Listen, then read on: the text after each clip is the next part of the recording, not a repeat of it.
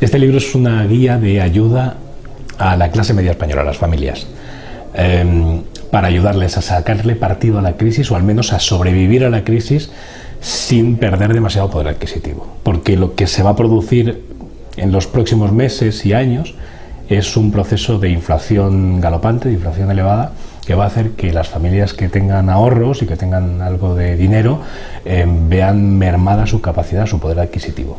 En España tuvimos nuestra primera crisis, nuestra propia crisis, que fue la crisis del ladrillo. Nosotros teníamos una burbuja y la burbuja explotó. Junto a esa burbuja explota otra burbuja que se produce en los mercados internacionales, que es la burbuja del crédito. Porque en todo el mundo, también en España, se ha vivido durante los últimos años, casi 40 años, a crédito, pidiendo prestado. Como podíamos pagar el préstamo que habíamos solicitado, no nos importaba. Llegábamos a pagar, no había problema, teníamos tarjetas de crédito, llegábamos a pagar, comprábamos una casa más grande, llegábamos a pagar, incluso el banco tenía a bien darnos un poco más de dinero para que nos compráramos un coche mejor. Pero como lo podíamos pagar porque había trabajo y había dinero, todo funcionaba correctamente. ¿Qué ocurre? Que llega un momento en que se le da dinero a lo que el profesor Abadía dice los ninja, ¿verdad? Se le da dinero a gente que no está capacitada para pagarlo. Esa burbuja crece, crece, crece, crece y llega a reventar. Y cuando revienta la burbuja, quiebran empresas, quiebran bancos. ¿Y qué es lo que hacen los gobernantes? En lugar de dejar que los bancos quiebren y que las empresas que lo han hecho mal se vayan a la ruina y arruinen, por tanto, a sus accionistas, pero, digamos, afecten a una parte del mercado y no al todo, como eran tan grandes, tenían tantos accionistas y se podía ir tanta gente a la ruina, lo que hacen es inyectarles dinero a las empresas. Imprimir dinero de la nada, para tapar los agujeros de esas empresas. Y nacionalizan los grandes bancos, Lehman Brothers, se compran la General Motors.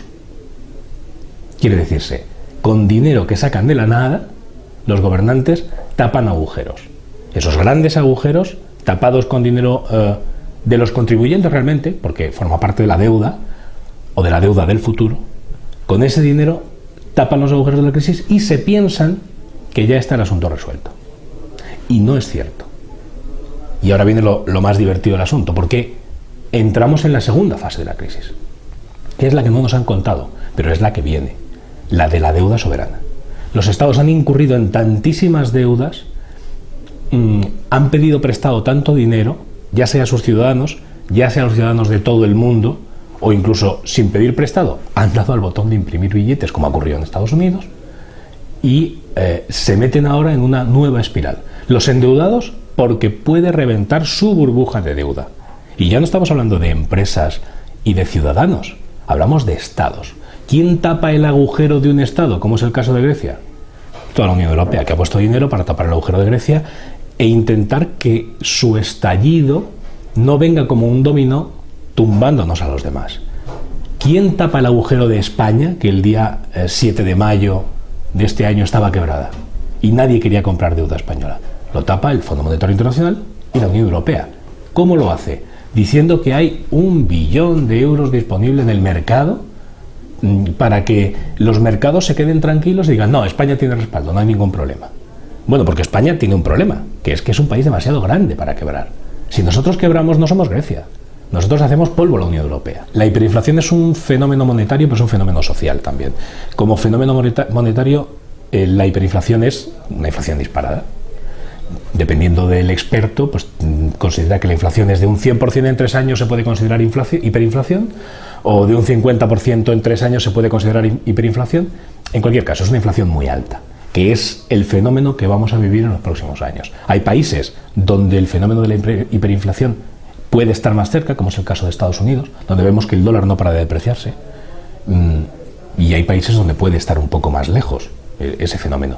Pero en cualquiera de los casos vamos a tener devaluaciones competitivas de las monedas, porque el dólar se va depreciando y el resto de monedas mundiales, aunque no se hayan impreso tantas, aunque no estén tan depauperadas como puede estarlo el dólar, lo cierto es que van a tener que depauperarse, que ir a menos, simplemente para competir con el dólar, para poder seguir exportando a Estados Unidos, porque si no sí que nos vamos a la ruina del todo.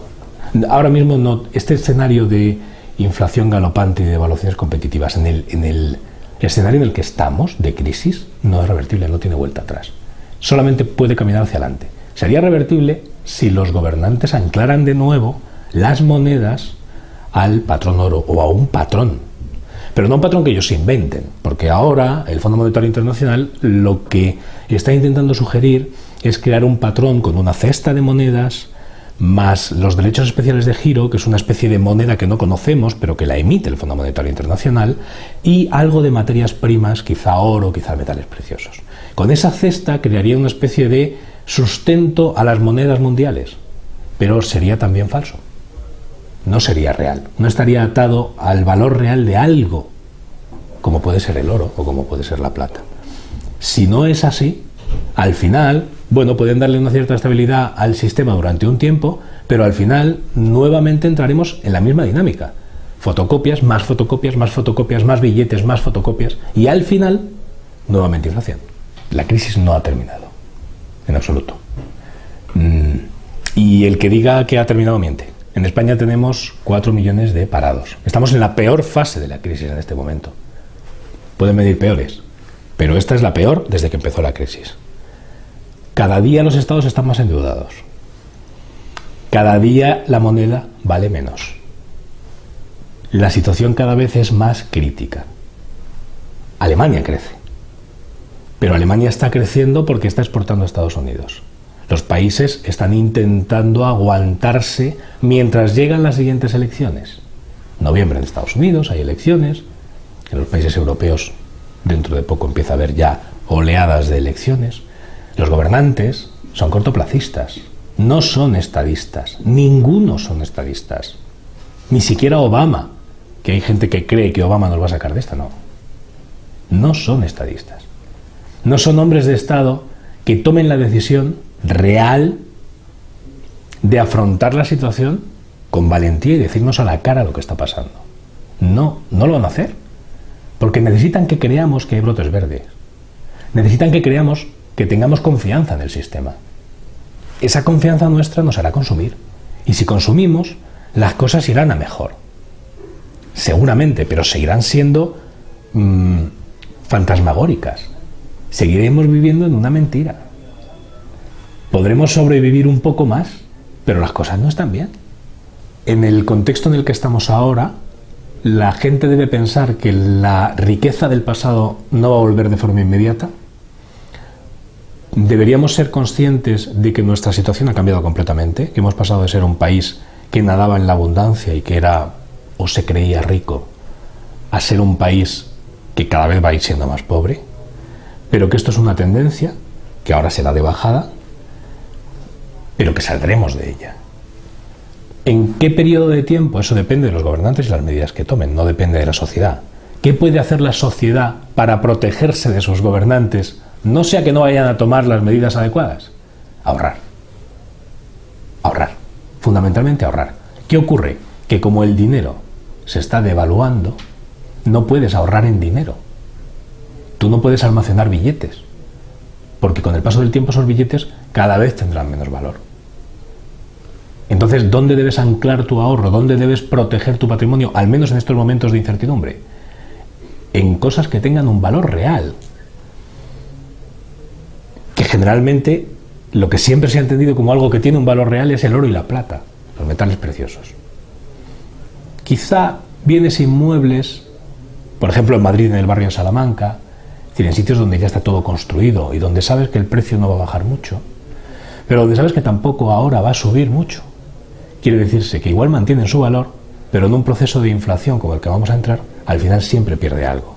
En cambio, en oro y en plata, el valor del oro y la plata está constantemente subiendo. Es cierto que entraremos en una burbuja cuando todo el mundo compre oro. Es decir, ahora apenas hay gente que esté comprando oro. La mayor parte de la gente no está ahorrando en oro. Tú le preguntas a tus amigos y nadie te dice que tiene comprados unos lingotes o unas monedas de oro. No existe una fase de manía en absoluto.